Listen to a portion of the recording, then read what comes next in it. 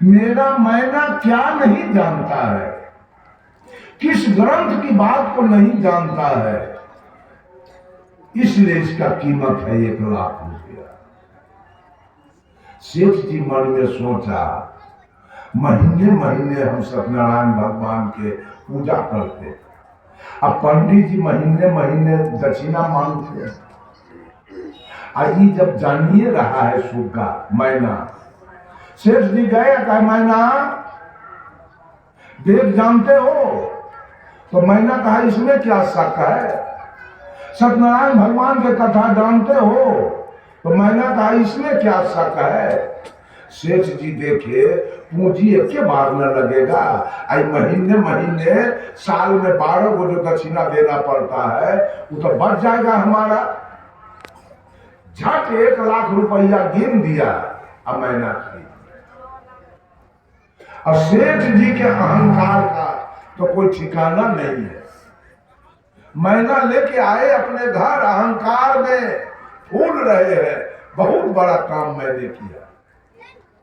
समाज में पता चला सेठ जी 1,00,000 में एक मैना खरीद के लाए, और सेठ जी घोषणा कर दिया जो आके मैना से बात करेगा और जो जीत जाएगा उसको आधा लाख हम लिख दे, हार गया तो फांसी पर लटका देंगे।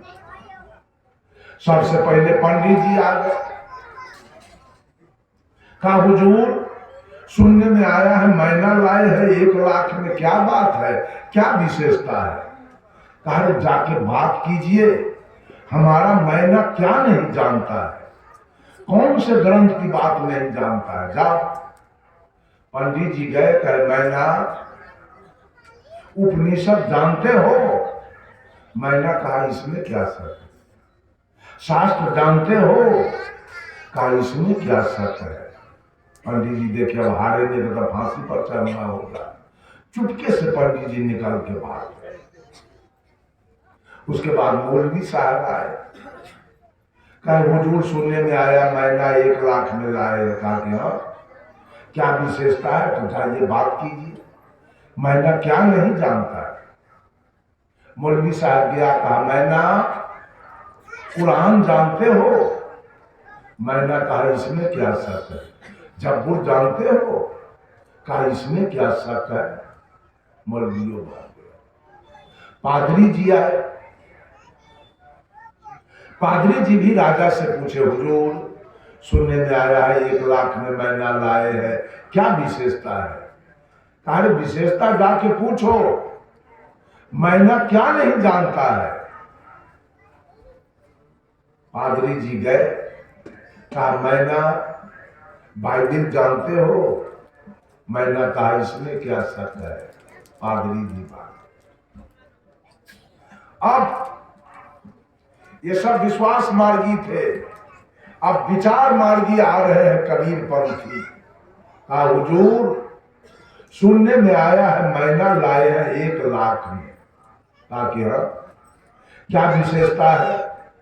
तो क्या क्या नहीं जानता है, कौन सी ग्रंथ की बात नहीं जानता है, जाइए बात कीजिए। वो कबीरपंथी साधु आया, कहता है मैना बीजक जानते हो? कहा मैना इसमें क्या शक है। तब कबीरपंथी साधु कहा एक काम करो, बीजक का 4 गो रमैनी हमको सुनाओ। तो मैना कहा इसमें क्या शक है। साधु पकड़ लिया विचारवान, ये इतने पढ़ने किया, अब इसको पता कुछ है नहीं। कबीरपंथी साधु कहा मैना तुमको शक हो चाहे नहीं, हमको पूरा शक है, तुम कुछ नहीं जानते हो। तो मैंने कहा इसमें क्या शक है। कबीरपंथी साधु गया, सेठ से कहा हजूर आपका मैना कुछ नहीं। सेठ जी तो फूले हुए थे अहंकार में, पचक गए, चेहरा काला पड़ गया। बाप रे 1,00,000 का सवाल। सेठ जी अपने गए, मैना कुछ नहीं जानते हो। मैंने कहा इसमें क्या शक है। तब सेठ जी कहे मैना इसका मतलब हमारा 1 लाख रुपया डूब गया। मैना कहा इसमें क्या है?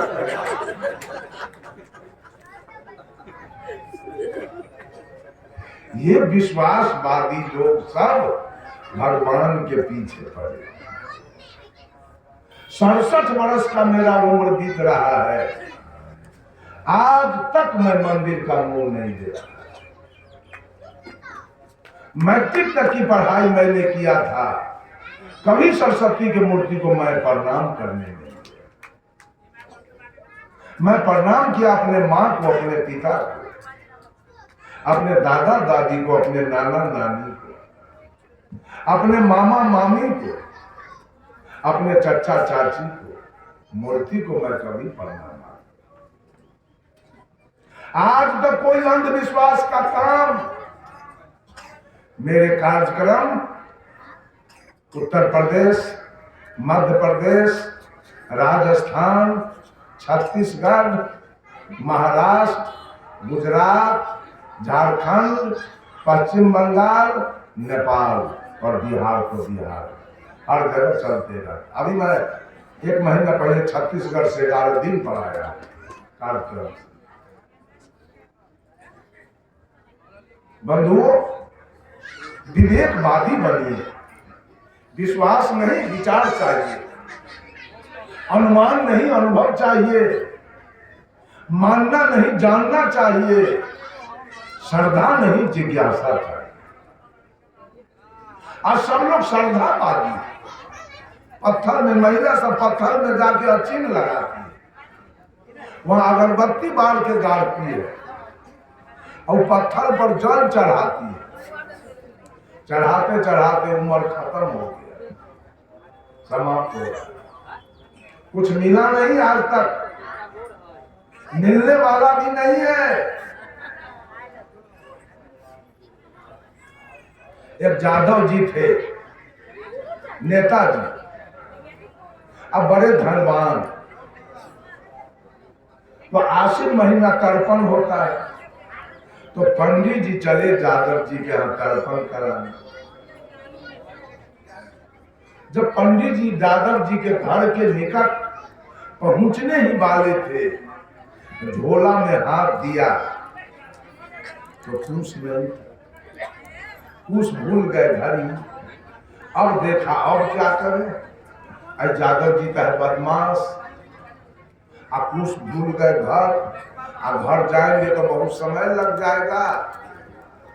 उसी जगह खरहौरी था, उसी में से पंडित जी कतरा उखाड़ दिए, कतरा उखाड़ के कूस के जैसे गिरा उरा पार के उसको बना दिया।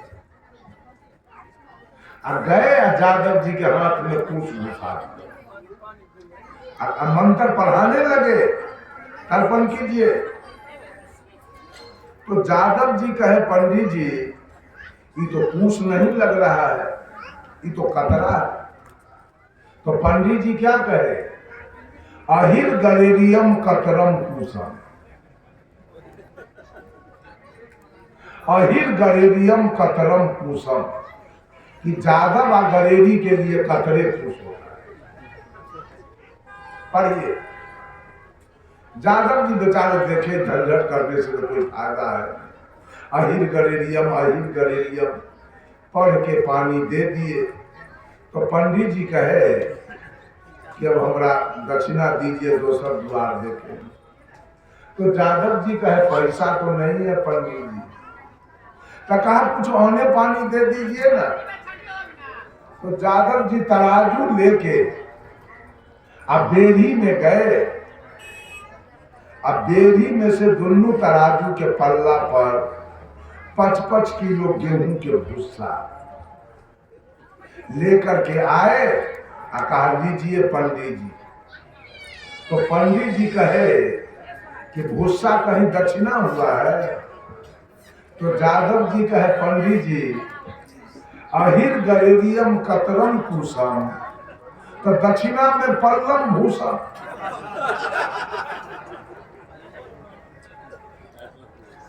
अहिर गलेरी के लिए कतरा कुश होता है तो पंडित जी के लिए भूसा ही दक्षिणा है। बेचारे चुप हो गए। बंधुओं, बहुत बहुत साधुवाद। जिस लड़के का विवाह है, जिस लड़की का विवाह है, स्वतंत्र रूप से वेद के से हटकर अलग होकर जो विवाह संपन्न कराया जाएगा, बहुत ही कल्याणकारी मार्ग हमारे नेताजी जो राम नरेश सिंह यादव जी है, इनको मैं साधुवाद देना चाहता हूँ, मैं इनको धन्यवाद देना चाहता हूँ।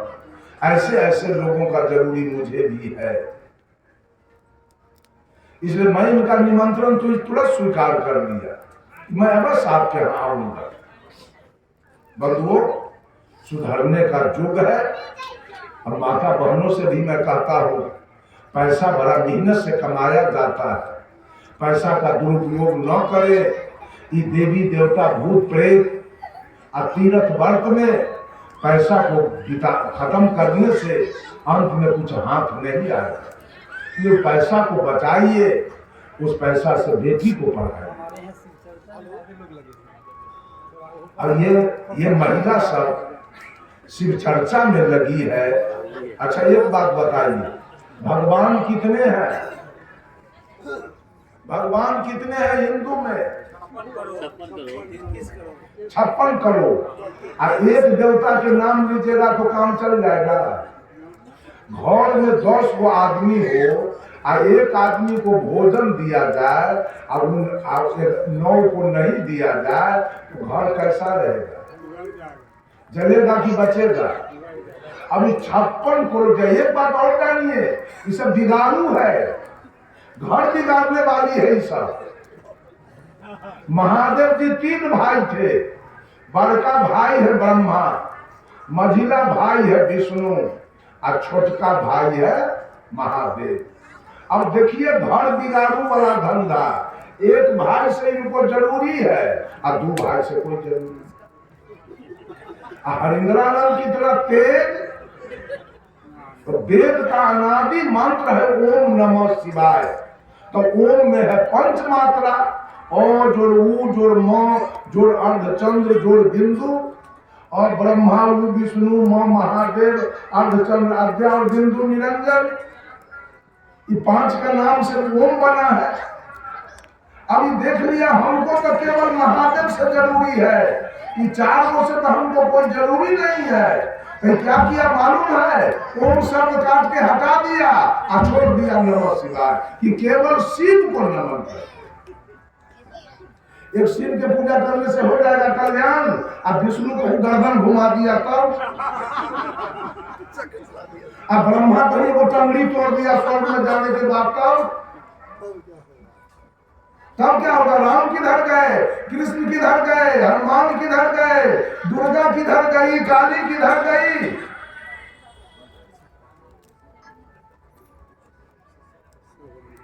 मान लिया हनुमान का मंदिर आपने बना लिया, तो राम क्यों खुश रहेंगे आपसे?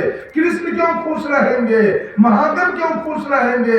विष्णु क्यों खुश रहेंगे? घर तो आपने एक का बनाया, 4 बेटा आपके पास है, और एक बेटा के लिए घर बना दीजिए और 3 बेटा को छोड़ दीजिए, रास्ते में गोली ठोक देगा तीनों। एक देवता के घर बनाते हैं आप, और आपका नौकर है वो बथान में सोएगा। हनुमान जी घर में सोएंगे और सब बथान में सोएगा। कहीं भजन नहीं है, इस समाज का बिगाड़ करके और शिव चर्चा वाली मैं कहते जाता हूँ, समाज को नई सत्यानाश में मिला दिया तो धिक्कार मेरा जिंदगी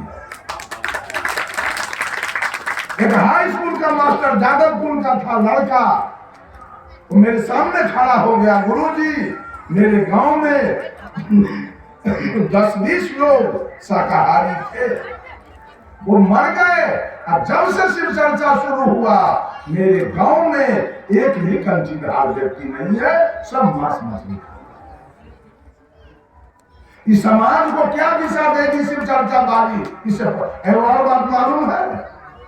नीलम दीदी, तो दीदी के दूल्हा जीजा जी, हरिंद्रानंद के जीजा जी कहे के चाहिए। देखो भैया तो निभाग अन्ना हरिंदर भैया तो नीलम भौजी। रिश्ता क्या है सो देख लीजिए, कोई इसमें कोई नियम और कोई कानून और कुछ नहीं।